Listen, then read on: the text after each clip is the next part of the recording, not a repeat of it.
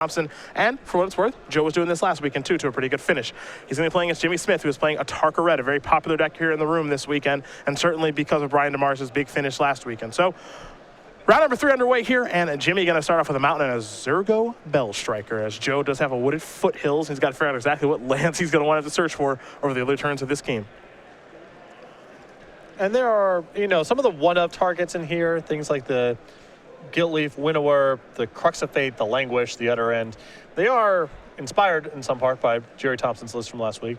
There are some different cards, though, including 2 copies of Fathom Feeder in the main deck. A basic Forest. And now an Abbot. We'll turn over Monastery Swiftspear.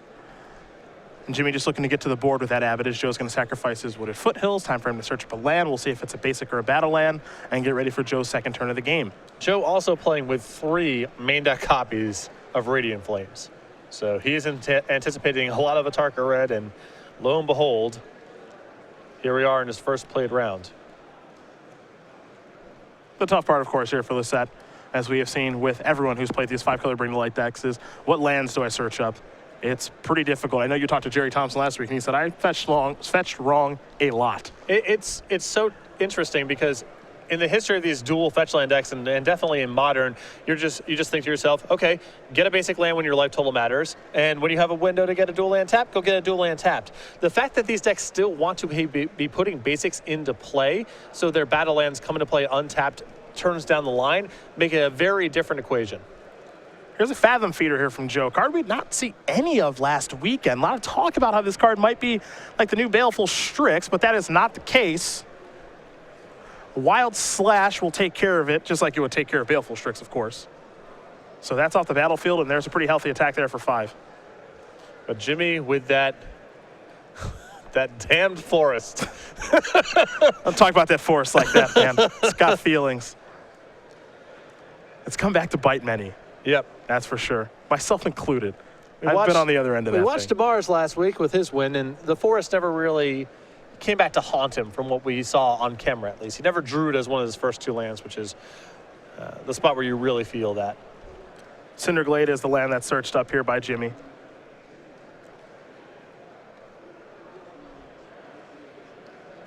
Of course, going to enter the battlefield untapped because of 2 basics lands being out there. Here is an attack.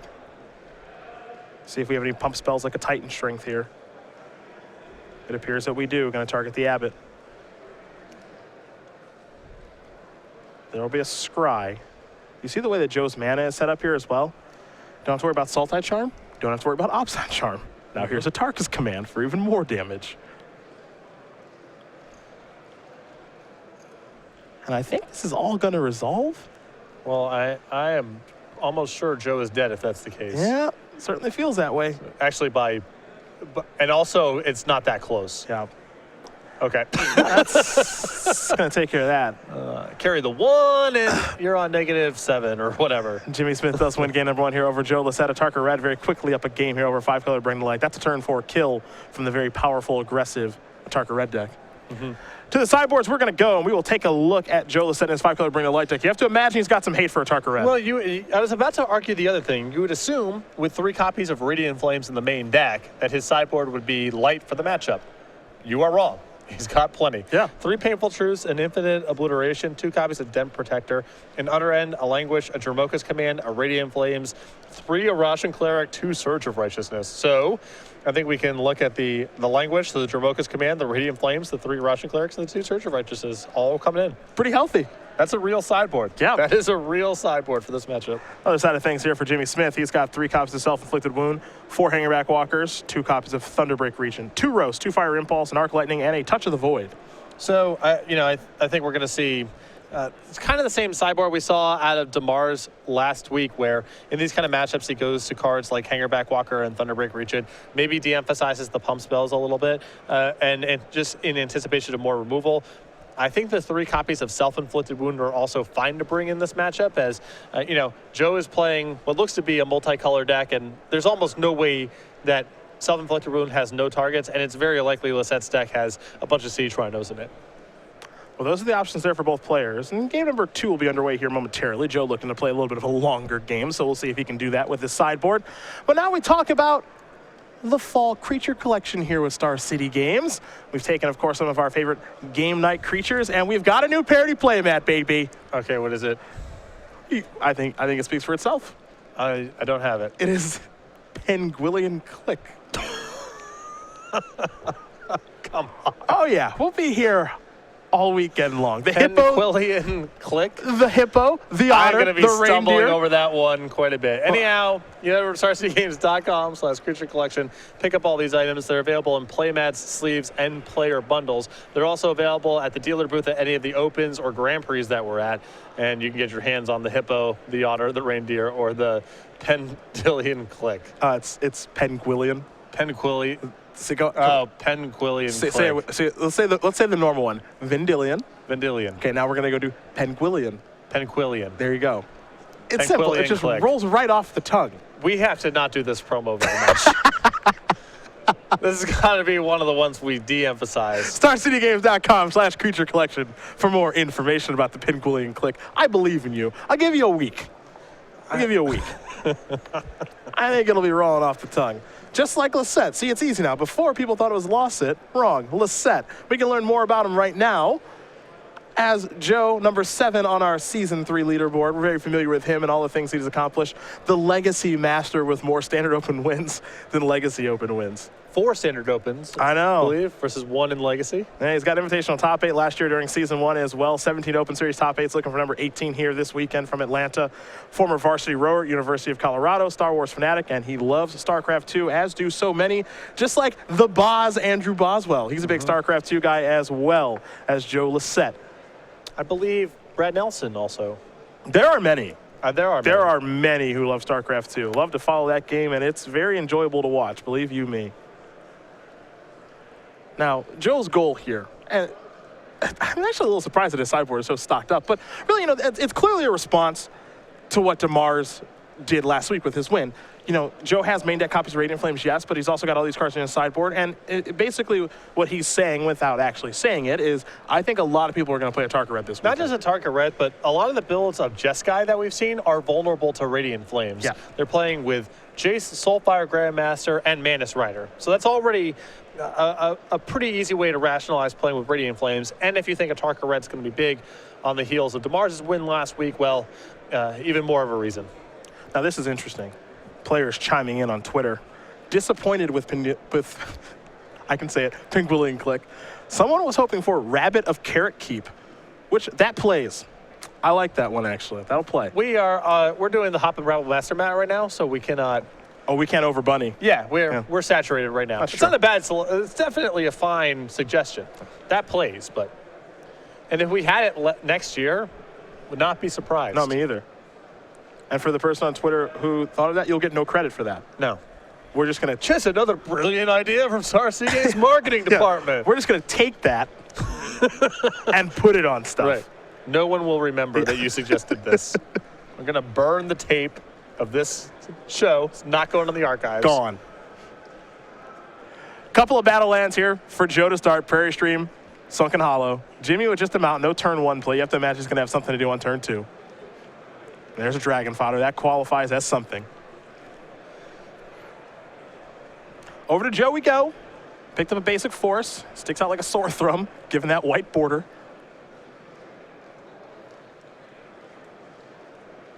It's got a Den Protector, Siege Rhino over there.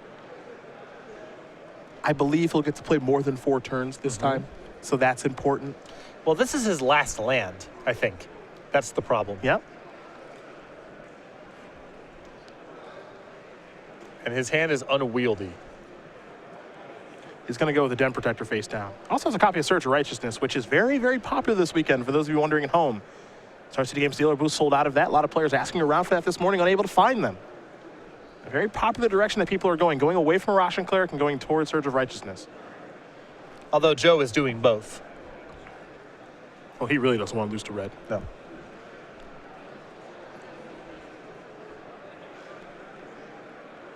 I'd be curious today that Joe actually sleeves up the old red deck. He's done it before. It's rare.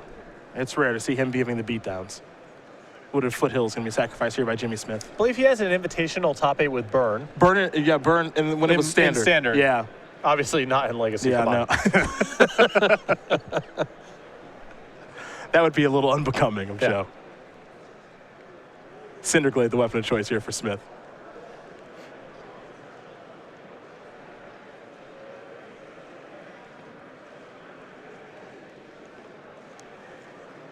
Elderman attack here with the Goblin tokens. This is a very loud yell that I have a Tarkus command. Could be a number of things. I mean, guess any of the pump spells play here. Can't cast Become Immense, but the rest of them are fine. There's Titan Strength. Time to scry. Top to the bottom. And now. Combo! Yep, there's Teamer Battle Rage. That does qualify as a combo. Because the Titan Strength makes it for power, and Yep. then you see, again, you carry the one. Yep. And Ferocious, as it were. yeah, then it's just, You know what that is? good deck build. Absolutely. Joe will take a pretty big hit there. Elected not to block there with the Morph, which is a Den Protector. Picked up a copy of Russian Cleric. Yeah, Joe is just desperate for a fourth land. And he has a very nice turn set up here where he can Den Protector back his land, play it, pass, have a blocker with Surge of Righteousness available, with the opportunity to get to Siege Rhino the following turn. Pretty good lines available. He can also do something as simple as unmorph Den Protector, get the Delta back, crack it, and then play the Cleric too. You know, which one's better between that and Surge? That's debatable, I think, but both options available here for Joe. And you see the pretty obvious play of unmorphing the Den Protector, get back the Delta, play the Delta, have to sack it, get a land, go down to 9, getting a little bit low here, but he's got good options on the table.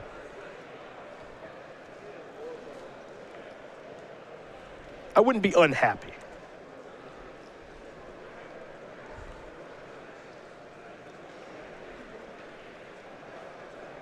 Though I don't know which way the correct way to go is here. If you're supposed to play the Cleric or if you're supposed to play the Surge. It looks like he's going to go with the Cleric since he's sacrificing now. I think the Surge is more likely to trap him because Jimmy's in a spot right now where his 1/1's canceling past a 3/2. So your Surge might catch a creature and a pump spell. It does increase the risk that you just die because if Jimmy's hand is completely loaded, then you might just die over the top of your Surge of Righteousness. The other problem is if Jimmie goes untap Wild Slasher Den Protector, then the Surge is way worse because you have to search a token or do nothing. Neither of those are good. So I think a Russian Cleric's a little bit safer on both sides.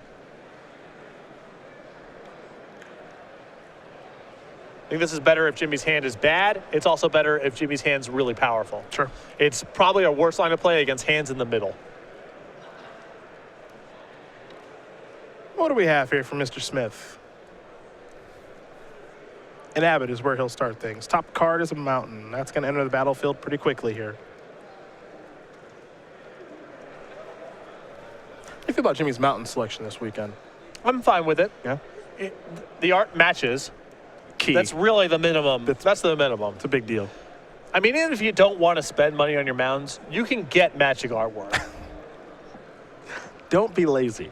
Yeah, it's not that hard, you know? Joe's going with Jace now.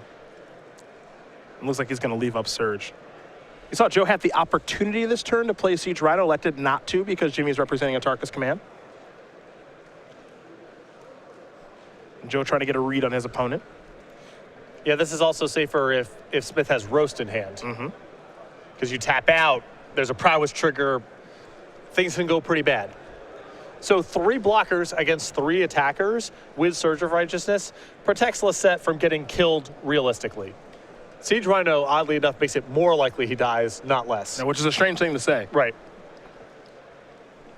And that's, truthfully, that's part of the reason that Siege Rhino is starting to fall out of favor a little bit here. You think about Siege Rhino and obviously it being an incredibly powerful card, but we've got a lot of Crackling Dooms running around in these Jeskai decks, which means that they are more efficient at answering the card than they ever have been.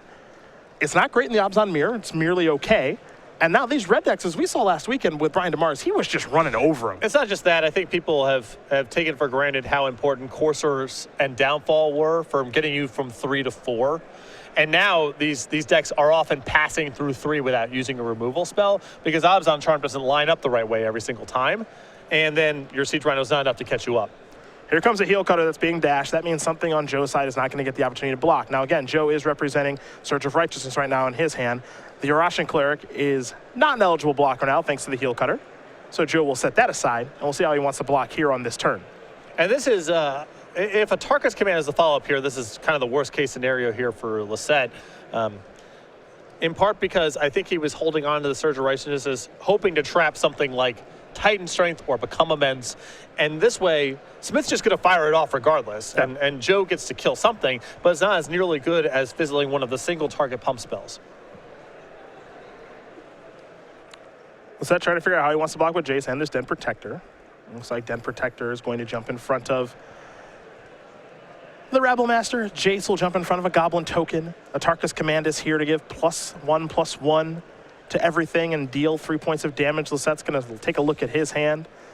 And that Surge of Righteousness that we believe he has will be cast here in just a moment as he's going to bring it forward to the grip. Again, a very popular sideboard card here for players this weekend to try to combat a Tarka Red.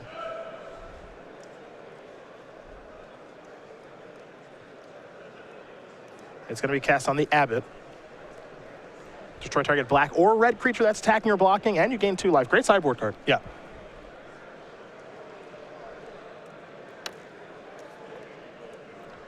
So life totals will change here a little bit. Some creatures will be exchanged, but for Lossett, in a great spot. Opponent tapped out, falls down to 9, has a Cleric on the board to be able to block, and has a Siege Rhino to cast this turn.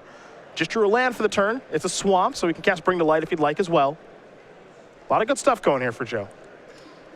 Jimmie ran him out of the gym game number 1. We remember that. But this game, going a little bit better here for Lossett. Got to play a few more turns. A lot of tools to work with. Yeah.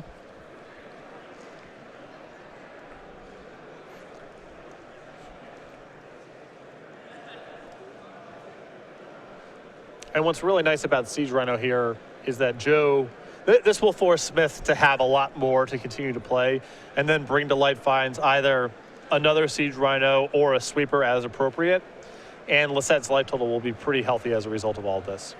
Yeah, you got to remember that this build of a Tarka Red, which is more akin to Brian DeMars' build from last weekend, not a lot of burn. No real burnouts to be had. We saw a version to kick off our day that had exquisite firecrafts. This is not that. Rhino's going to bring Lossett up to 12. Dragon fodder the draw here for Smith. As far as power level is concerned, we know who wins that battle. Oh, it's easy. That belongs to Joe Lossett. The cards in 5-color Bring to Light are very, very powerful. Planes to draw here for Joe. Took that out of his Miracles deck, slid it right into this one. And right now, I'm happy with just Bring to Light for Languish. Attack with Rhino, Bring to Light for Languish. I'm fine with. Yeah, I don't hate that. You know, just shut the door on getting killed by a flurry of pump spells. It's also this thing, too, where if you're bringing to light for Siege Runner right now, your opponent might have a Tarkus Command and go Skullcrack mode, which is kind of an annoyance more than anything, I think. So if you do attack first with a Siege Rhino, you probably get your 4 damage in, probably not going to be much blocking, and then Languish clears everything away.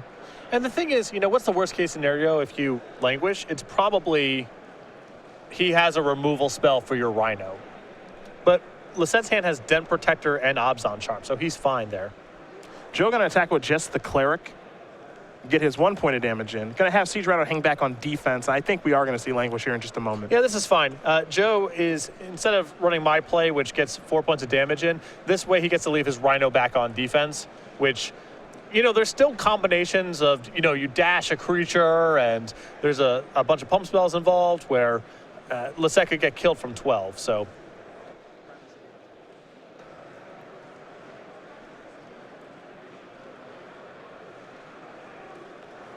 I can appreciate playing it super safe here, given the quality of Lossett's hand. Yeah, because the quality of his hand is so high, he can afford to play it really safe. Yeah. Because basically what he's saying is, well, if I get to untap the next turn, I'm probably just a lot to win. I've got so many good cards in my hand. There's no reason to kind of open myself to, you know, some sort of like 3%er. Yep. I mean, with land number 7, even he gets Den Protector for Surge of Righteousness plus the mana available, which might as well be a lock. There is a morph. It is a Den Protector. Now he gets to flex his muscles. Show the real power of 5-color Bring to Light. You get in this stage of the game, it's real tough for a red deck to come back. And based on Smith's fetching in this game, I believe he has not brought in self-inflicted wound for game number 2 because he's made no effort to get black mana in some spots where it would be easy to do so. I think that will change for game 3. He may not have known exactly what Lossett was up to, but seen enough now. There's a Chandra. Pass the turn back. Lossett may unmegamorph his Den Protector here. And if he does, Languish might be attractive again. So there is the unmegamorph. Counter, of course. I think I prefer Surge in this spot. The only thing you're playing around in Joe's position is flurry of pump spells that kills you, and I'd rather just get some offense going. And Bring to Light's probably fine too. Yeah, I'm sure there's something good. Yeah, there's something versatile in there, right? Unless that picks up a copy of Windswept Heath.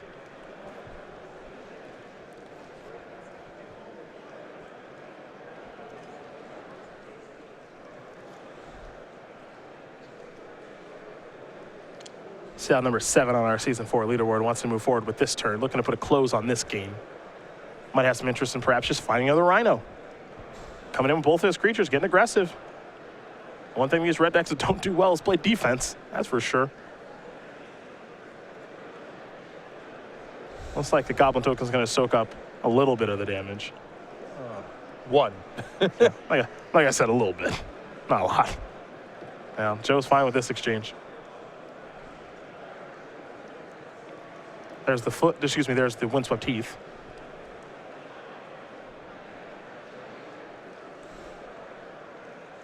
It'll be a morph. That'll pass the turn back. Smith will take a draw, likely his last of the game. And that is going to do it. So Joe Lossett's going to win game number 2 here against Jimmie Smith. 5-color Bring to Light ties it up against Tarka Red, which means we'll get ready here for a third game.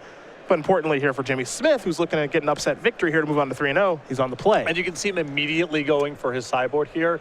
And like I said, I think it's got to be self-inflicted wound. Wasn't in for game number 2, but there's been enough green and white creatures presented that time to bring it in.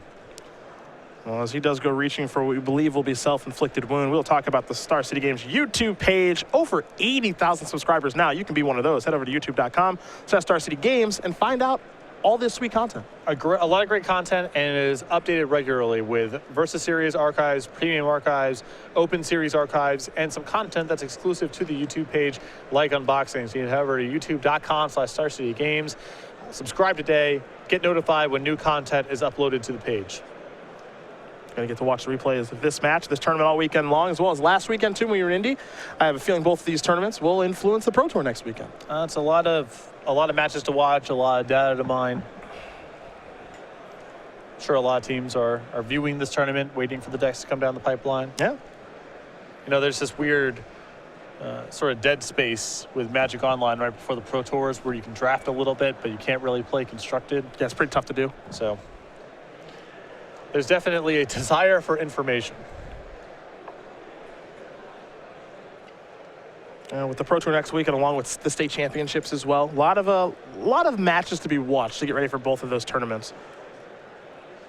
Have standard states on Saturday, modern states on Sunday. You made a big change to your modern deck recently, we discussed. I did. It's a pretty big update. I cut the third stomping ground for a 14th fetch land. Yeah.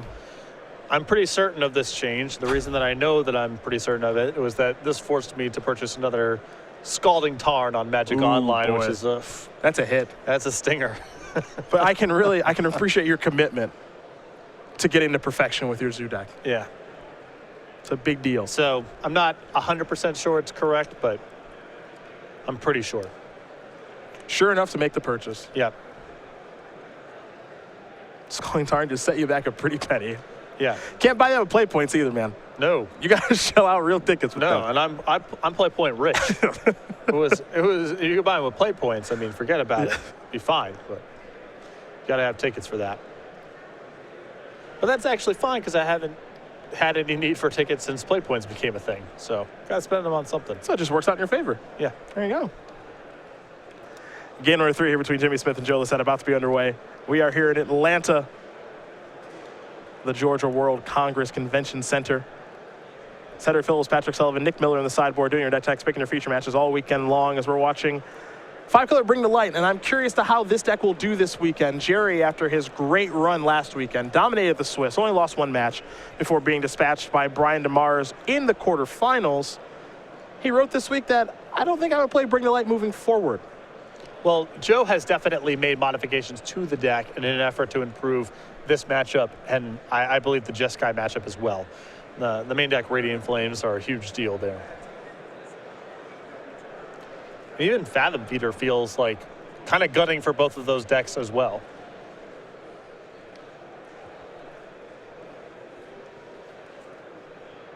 Fathom Feeder, it's just a card we have not seen very much of, and wasn't in play very long when Joe cast it. No. It got killed like any other 2-minute creature would have gotten killed. It sure did. What are you going to do? I believe Smith on a mulligan is 6 here. He's going to keep.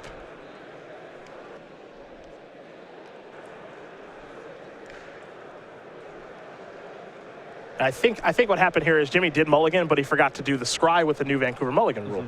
So players are sorting that out right now, I believe. Okay, so the ruling here is if you miss the scry, it just defaults to staying on top. Sure. So I guess there's sort of a tacit way that it resolves itself. So. Yeah. At least for now. Zergo the start here.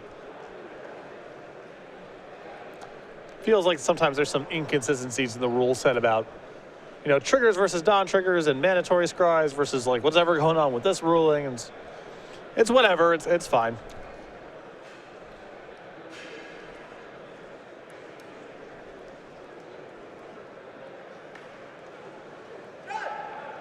We do know that Jimmie does have plenty of plays here. He's got Dragon Fodder and a Monastery Swiftspear in hand, so it looks to be a pretty good mulligan. Yeah. Gonna go with Dragon Fodder. 2 goblins on the way. Zergo will be coming into the red zone. Lossett will fall down to 18. We'll go Joe's way for a second turn. Started things off with the Lumbering Falls.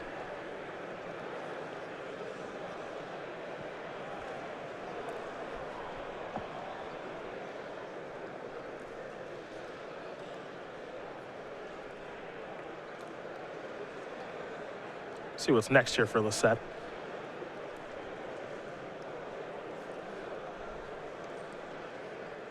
Another issue that I think these, Obzon control derivatives are having with the red decks right now, not just Courser and Downfall, but it's also a challenge to play Ultimate Price right now. And last year felt like that wasn't really the case. Ultimate Price very good against these decks, but pretty bad against other decks. Right. That's the big problem. There's a Jace. Jace hoping gets the opportunity to block a Goblin token, mountain the draw. You see Jimmie has a Wild Slash in hand right away. He's going to start by sacrificing the Bloodstained Mire. We'll see a Cinderglade here in just a moment, I believe. Though, does have the ability to go with the Smoldering Marsh. Certainly an option. But he's going to go with the red-green land.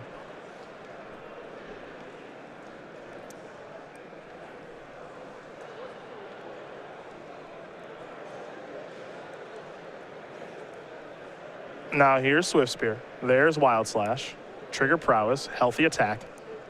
Smith is not beating Radiant Flames, but he's beating most other stuff with this draw. Well, the question is, does Lossett have Radiant Flames? Just picked up a copy of Utter End. That's a touch on the slow side. Not quite what we were looking for.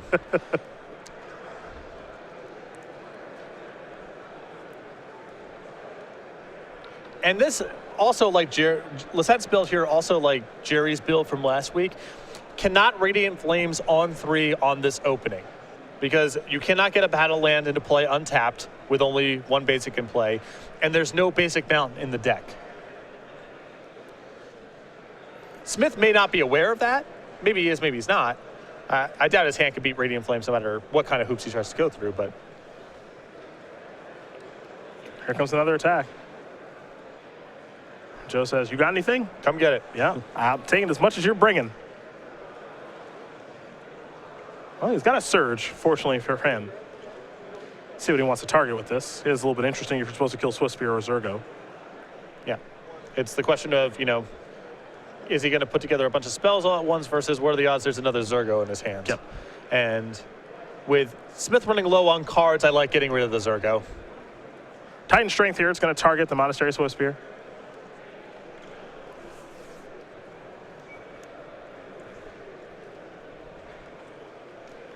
Top card going to go to the bottom. Lossett just hoping that there's no Tarka's command, but he can't do anything about it. Also, there's a good chance there that Smith would have just let it rip on Tarka's command.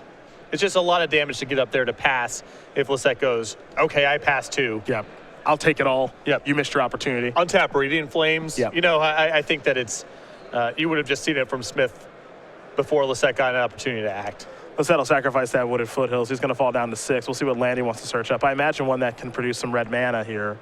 Yep, wants to be able to cast Radiant Flames if he happens to draw it. I mean, he's got 4 copies of that card after sideboard. He's going to get himself a Smoldering Marsh.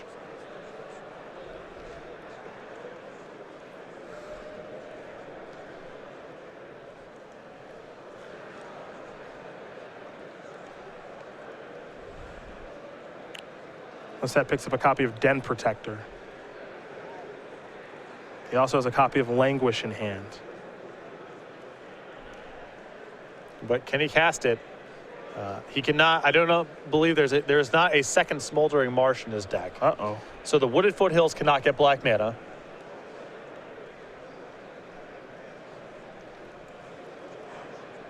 Hey, you're seeing the issue with playing 5 colors here. It's anything but free, and all Joe can do is pass the turn back here with the ability to cast Utter End. Ugh. And it's not like his hand is a lot to win this game next turn. Also, this is problematic. He's got to hope Jimmie Smith doesn't have much. There's a mountain for Smith.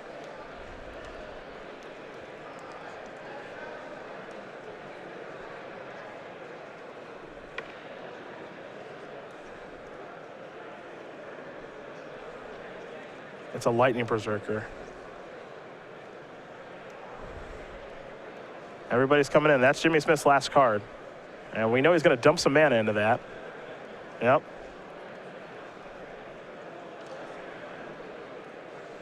What's that with Obzon Charm? Okay. I've seen worse. It's interesting. I think there's an argument for only pumping the Lightning Berserker Once. So Obzon Charm can't kill anything, and Lossett falls to 1. Last turn he played a fetch land and didn't do anything. It's a little fancy, but I don't think it's out of the question. There's Charm. That'll exile the Berserker. Lossett going to take 3. He'll fall down to 3. If he cracks that fetch line, he'll fall down to 2.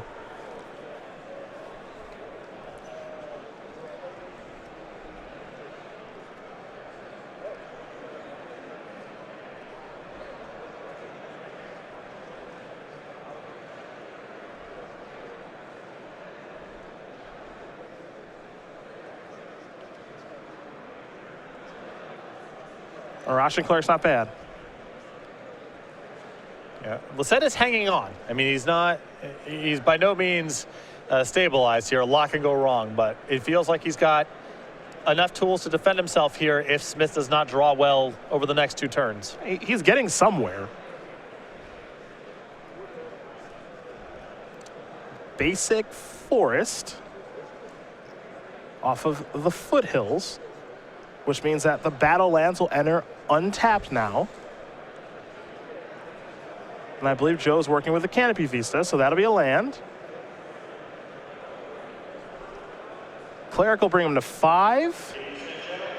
And I think we'll see a face-down Den Protector, too. Yeah. That's not a bad turn. Now, there's a lot that can go wrong here. One becoming immense off the top, this game's over. But Joe trying to stabilize. So Smith will draw. Didn't get a great look. So Tarka's command, which is not a bad draw here. Rarely is. Well, this is lethal. Yeah, this should be lethal. This is exactly 5. Yep. 2 blockers, 2 damage is going to come through. You block like that, plus the 3 damage is going to go upstairs. That's going to be exactly enough to get it done, no matter how Joe blocks here.